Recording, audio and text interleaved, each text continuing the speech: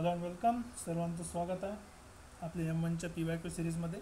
तर कॉम्प्लेक्स नंबरच्या PYQ सिरीजमध्ये आपण सॉल्व करतो आहे हा काहीतरी क्वेश्चन. आता या क्वेश्चनमध्ये आपण एक थोडंसं मॉडिफिकेशन करावं लागेल की बघा, क्वेश्चनमध्ये पॉवर m/n दिलेला आहे. त्याला आपण डायरेक्टली सॉल्व तर करू शकत नाही, त्याला आपण डी मोव्हियस थेरममध्ये सॉल्व करू शकतो. त्यासाठी त्याला पोलर फॉर्ममध्ये लिहिणं आवश्यक आहे. मी काय अज्युम करतो की let x is equals to r cos theta आणि y is equals to r sin theta. जर तुम्ही याला प्रॉपर सॉल्व केलं, स्क्वेअर करून ॲड केला तर तुम्हाला मिळेल x square plus y square is equals to r square, किंवा r is equals to x square plus y स्क्वेअरचा अंडर रूट म्हणजे पॉवर होते 1/2 हे मिळणार, राईट. तर मग आता याला आपण लिहूया या इक्वेशनला, गिवन कंडिशनला.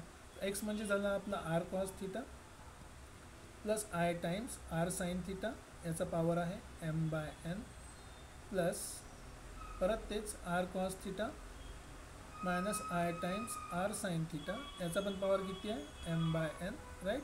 याला सॉल्व करूया आपण.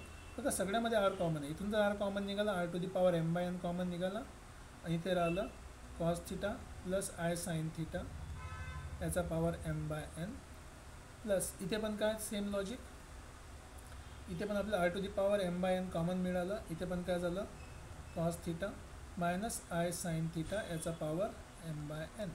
तर जेव्हा इथे पॉवर असतो आपल्याला, तर आपण हा r to the power m/n common काढू.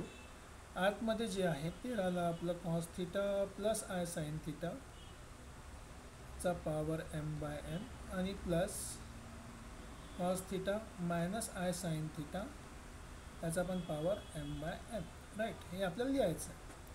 मग आता याला जर सॉल्व करायचं, सिम्पली काय करू आपण, इथे अप्लाय करू by de Moivre's theorem. So by applying de Moivre's theorem.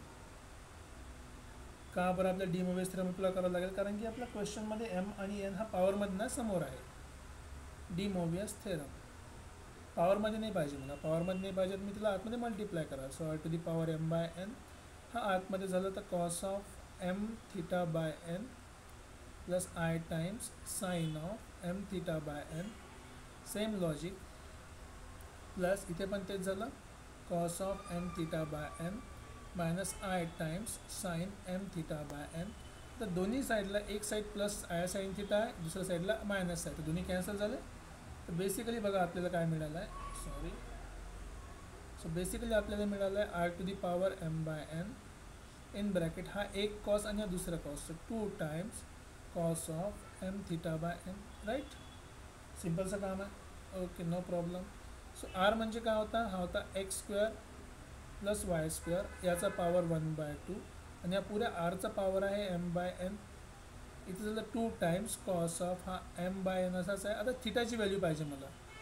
परत वापस यावरती, याला जर तुम्ही सिम्प्लिफाय केलं, दोघाला डिवाईड केलं, तर मला मिळालं tan theta is equals to, आणि r cancel, tan theta is equals to y/x, तो theta is equals to tan inverse y/x, theta is equals to tan inverse y/x. बस ती व्हॅल्यू पुट करायची आहे. So basically it is tan inverse of y/x, right. बघा, सिम्पलचा question होता.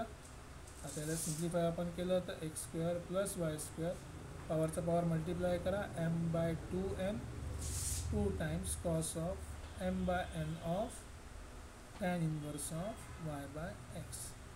तर आपल्याला हेच प्रूव्ह करायचं होतं. बघा राईट साईडला हेच आपल्याला प्रूव्ह करायचं होतं. तशा प्रकारे आपण हा क्वेश्चन पण इझिली सॉल्व केलेला आहे. काही डाऊट असेल तुम्ही कमेंट सेक्शनमध्ये लिहू शकता.